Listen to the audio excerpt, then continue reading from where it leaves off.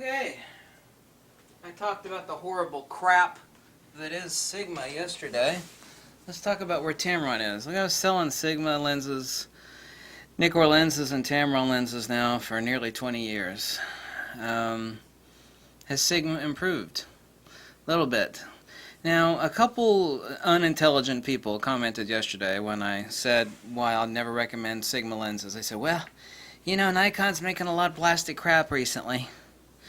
No, they're making plastic outer casing lenses that are still superior optically and so far as reliability is concerned. You know, I'm no fan of the plastic build quality of some of the recent Nikon G lenses.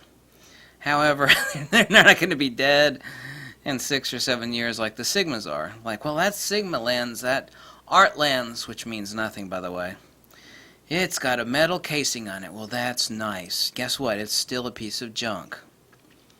Yeah. After I made that video, everybody started posting their horror stories about Sigma. I own 3 of them, and they all kind of died within a few months. Crashed aperture blades. That's not to say the aperture blades can't crash on any lens, but when you're talking about astronomically higher compared to everything else, build quality, decentered lenses, Sigma's junk. Okay?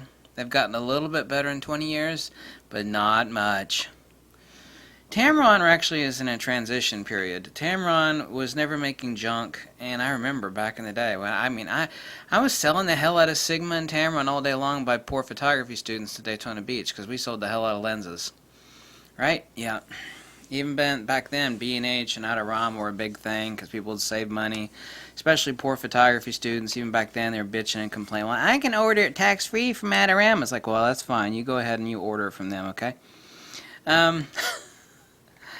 Tamron was always better than Sigma so far as its quality of production. By what percentage? Roughly about 40% better. Tamron still does make some junky lenses. Nikon makes some junky lenses right now. The 24 to 72/8 Tamron, would never recommend it to anybody. No way, no how. Tamron is in the process, supposedly, of revamping that lens. Some of the lenses that Tamron has come out with in the past few years have been better than Nikon. Let me repeat that. Better. Now they make a 35mm version of this. This is the SPDIVC-USD. I love all the bullshit acronyms that they actually put on these lenses. It's just total, absolute. Just call it the 45mm with vibration control, okay? For Christ's sakes. Anyway, it's an f1.8 45mm, perfect for FX or DX. It's actually a perfect portrait lens. It's not very fast autofocus, but it's not meant to be. Output's exquisite. I bought this lens for a reason. Nikon has nothing like it. It's exquisite. The Nikon Nikkor 24, the 70mm to 200mm, both the VR1 and VR2, they suck. And even Nikon knows they suck, which is why they're coming out with a new version of it next year. What it's going to be, I have no idea. Anyway, this is the best. People say, what's the best Nikkor 70 to 200 to get? Well, it's not a Nikkor lens. It's this. It's a 70 to 200 2.8 VC Tamron. This is it. It's $1,500. I don't know what it is on sale. You usually find these used for like $1,100, $1,200. I never, ever would have thought that somebody would make a lens better than the 14 to 24 2.8 Nikkor. I've got that lens in the back room. I made a few videos on it. $2,000 that lens is. This lens is not only a lot cheaper, it's a lot better. It's sharper, better corner to corner. This is the 15-30, and it has vibration control, and. This is the Tamron of 15 to 30 f2.8. Absolutely the tits. Just, it's a must-have lens. You're not going to get any protective filter for the front of this sucker, however. You should get insurance on it. Yeah, I just blew on the front of that lens, I know. I should have used an air blower. So sue me, right? These lenses, all these 3, are examples of where Tamron is going. Literally, Tamron could be the saving grace to Nikon. By the way, did you see the video review that came out about the new Sigma camera, the Quattro? Digital Rev's YouTube channel called Bokeh did a video about it.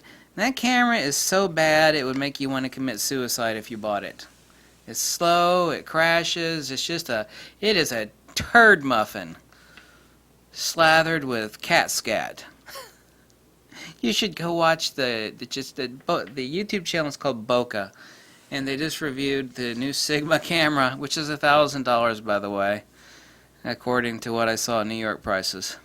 That oh my God, bad, not bad like extra. It's so bad it even makes the Canon 5D Mark IV look awesome by comparison. Super bad, just smack your mother horrible. Anyway, so Tamron has always bested Sigma so far as quality of production. I mean, there's no denying that. But now they've taken a sharp turn in the right direction, and they could be the saving grace for Nikon, because Nikon has really spit out a lot of crap lately.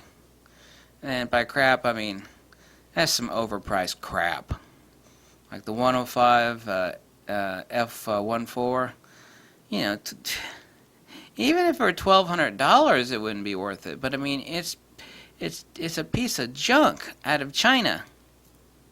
God no, God no. It's twice that price, and it's made in China, and no. Oh great, now you can get a depth of field that's like the front of the iris to the back of the iris. That sounds awesome. Screw that. The rendition is flat as a pancake. It's flatter than a 14-year-old girl in a training bra. It's bad. So this is where Tamron is. Tamron's taking a turn for the better. Tamron still does have plenty of stinker lenses out there, but they're replacing them with good stuff like this. This stuff isn't good. This stuff is better than Nikon.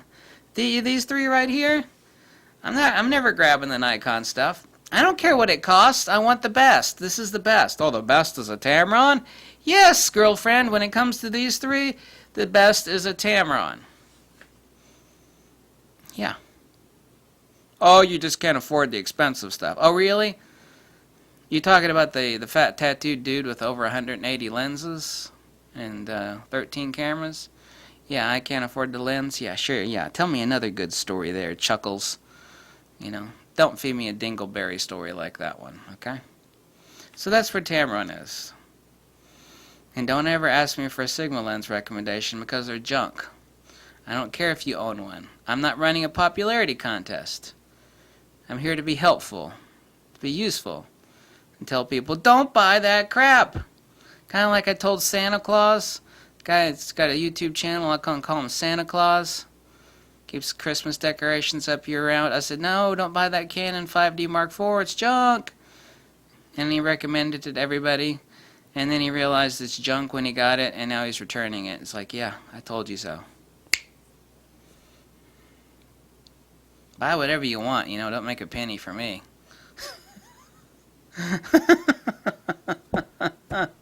That's the part that I love. It's called freedom, You're not out to deceive anybody or sell anything to anybody. You're just kind of like there to be helpful. It's like, well, you asked for $2 or $5 donation. Yeah, I'm killing myself answering emails and comments all day long. I'm basically working for like 80 cents an hour, maybe at most. Maybe 80 cents an hour. I could turn my brain off and go work at Burger King down the street and make 5 times that much. I think it's even more than 5 times that much. Yeah, there you go. What are you going to do about it? You either make a smart move or you can make a stupid move. It's your choice. It's no skin off my nose. Here to be helpful, alright? Live stream tonight at 10 p.m. We get together and chuckle about stuff. Bye.